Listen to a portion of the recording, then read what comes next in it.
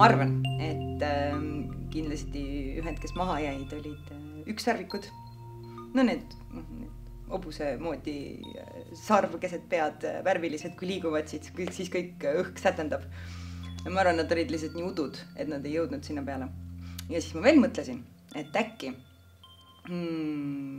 mammutid, sest nad on lihtsalt füüsiliselt nii suured, et nad ei mahtunud kahekesi sinna laeva peale.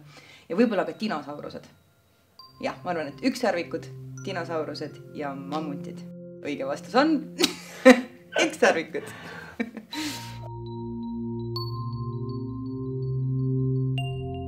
Lõvid tunduvad mulle kuidagi väga täpsed ja sellised juhtfiguurid ja sellised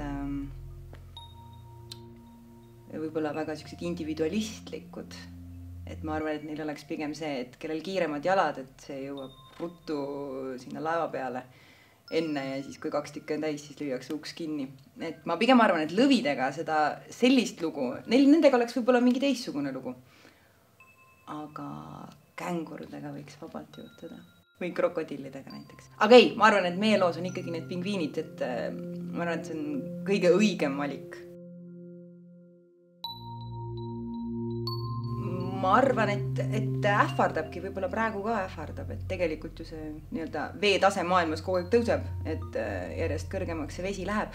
Aga kas ta nüüd seda viisi nagu meie loos, et meie loos tuleb ta ikkagi üsna kiiresti ja üsna massiivselt, et ma arvan, et tegelikult ma ei julge öelda, et ei, sest äkki ma sõnan ära, aga võib-olla niimoodi arutluse tulemusena äkki, no võib-olla just. Aga ma arvan, et igal juhul peaks tulema vaatama meie lavastust, et võib-olla saab sealt mingisuguseid selliseid häid nippe, et kuidas käituda, kui äkitselt see hiigelsuur veeuputus peaks tulema, et mismoodi oma nahka päästa. Ja ma tahaksin väga sinna minna, et kui ma nüüd hakkasin selle materjaliga üldse tööle kõigepealt, et siis ma muidugi loomulikult, see on selline loomulik osa, et teed mingisuguse sellise väikese uurimustöö, et kuna meil tegevus toimub Antarktikas, et siis, et mis see siis täpsemalt nüüd endast kujutab.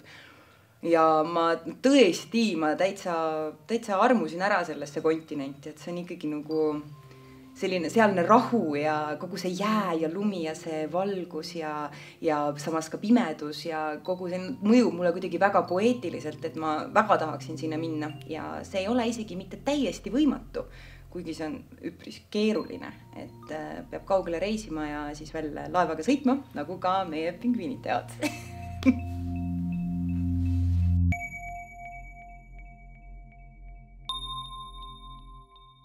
Mulle tundub, et Mart ise on võlur, et see viis ka, kuidas ta tegelikult sõnadega töötab, et kuidas ta neid, esiteks, kus ta neid sõnu üldse välja võlub, et tema, ütleme, selline isiklik sõnavara on nii rikas ja nii põnev, et kuidagi mul, nii kui mul selgus see, et ma ikkagi tahan sinna meie ise tehtud laule või originaallaule, et siis kohe mõtlesin ma Mardi peale ja lihtsalt see, kuidas ta töötab ja kuidas ta nende sõnadega mängib ja kuidas ta mõtet edasi annab ja milliseid sõnu ta valib ja mismoodi ta neid järjestab ja kuidas, siis see kõik on nii kohutavalt põnev ja huvitav tema puhul, et kui ma talle selle variandi välja ka pakkusin, et siis ma ütlesin ka, et Mart, et mis sa arvad, et kui sa nüüd muutuksid natukeseks ajaks pingviiniks, et prooviks nendele pingviinidele siuksed õiged sõnad leida ja mulle tundus, et ta tegelikult sattus ise ka sellest üsna vaimustusse, et teha ikkagi lastelavastus laulusõnad. Aga lisaks Mardile on meil tegelikult veel päris suur meeskond, kes kõik nüüd praegu hommikust öösest hommikuni töötavad selle nimel siis, et me detsembrikuus oleks laval üks suurepärane Antarktika nii helis kui pildis kui liikumises.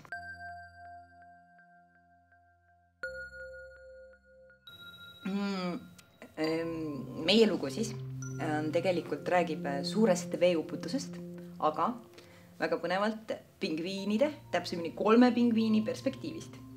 Et me satume sellisesse lumisesse Antarktikasse, kus on siis pingviinid oma igapäevases igavuses, kuni nende, ütleme, rahulikku elutempot tegelikult katkestab üks tuvi, kes toob neile sõnumi, et tulemas on suur uputus, kohe hakkab sadama ja nüüd on vaja päästa oma nahk ja ulatab neile 2 piletit noalaevale. Meil oleks väga hea meel, kui te tuleksite ja ma arvan, et tegelikult oleks teil ka väga tore seda lõbusat lumist Antarktika seiklust vaadata.